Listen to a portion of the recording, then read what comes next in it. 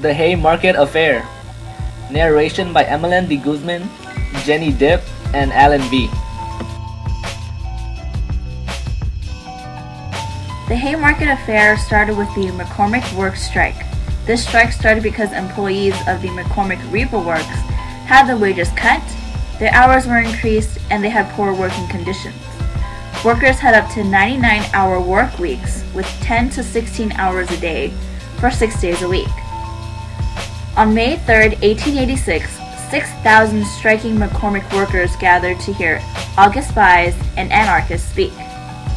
When strikebreakers were leaving the factory after a long workday, strikers began to taunt them.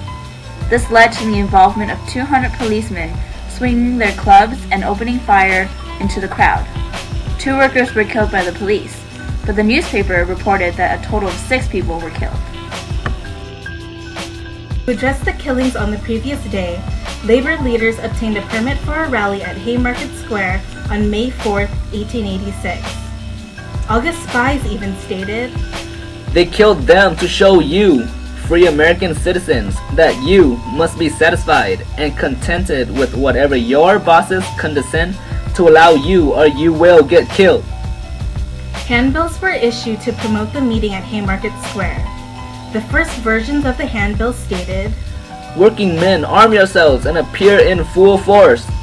However, these words were later removed because August spies would not speak at the meeting otherwise.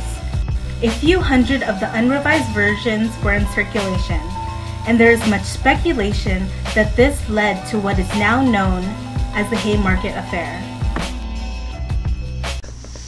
Hey there folks, come on down to Sears where all your local picketing supplies still last. For a limited time offer, you can get a 24 by 32 plywood board for only $5.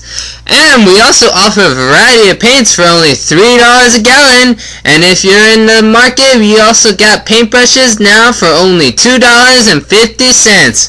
Oh, and did we mention you can get glue for only $3 a gallon? Ah! And don't forget those sticks for $2 a piece for those aggressive folks out there. Come on and stop by Sears where all your writing needs is gonna be given. On May 4th, 1886, in the Haymarket Square of Chicago, Illinois, a bomb was thrown in the middle of a group of protesters, bystanders, and 200 police officers. People began running and the police started shooting everyone, including their own men. The shootings resulted in the death of 7 police officers and at least 4 civilians.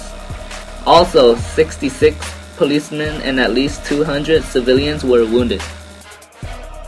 8 anarchists were charged with the murder of the policemen: August spies, Michael Schwab, Oscar Neebe, Adolf Fischer, Louis Ling, George Engel, Samuel Fielden, and Albert Parsons. However, 5 out of the 8 men did not attend the meeting in Haymarket Square. Neebe was sentenced to 15 years of hard labor in prison. Ling committed suicide in prison by biting on a dynamite cap. Spies, Fischer, Engel, and Parsons were hanged on November 11, 1887. Michael Schwab and Samuel Fielden were sentenced to life imprisonment. Despite the shortcomings of the men, on June 26, 1893, all the accused men were found innocent. As a result, Illinois Governor John Peter Altgeld pardoned Neebe, Schwab, and Fielden, the remaining men that were still alive. After the Haymarket Affair, there was an immediate condemnation of socialism, communism, and anarchism because all the events took part in a bigger social revolution. Labor union members were convicted of conspiracy, intimidation, and rioting. Employers then took advantage of their workers by locking them out of factories and making them sign yellow dog contracts. Also, employers put people on blacklists, which denied work from people.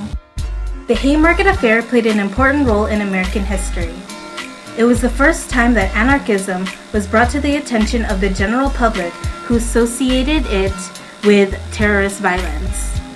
Despite the negativity associated with anarchy, The Haymarket Affair gave the labor movement its first revolutionary martyrs, which would later inspire workers of all shapes and forms in years to come.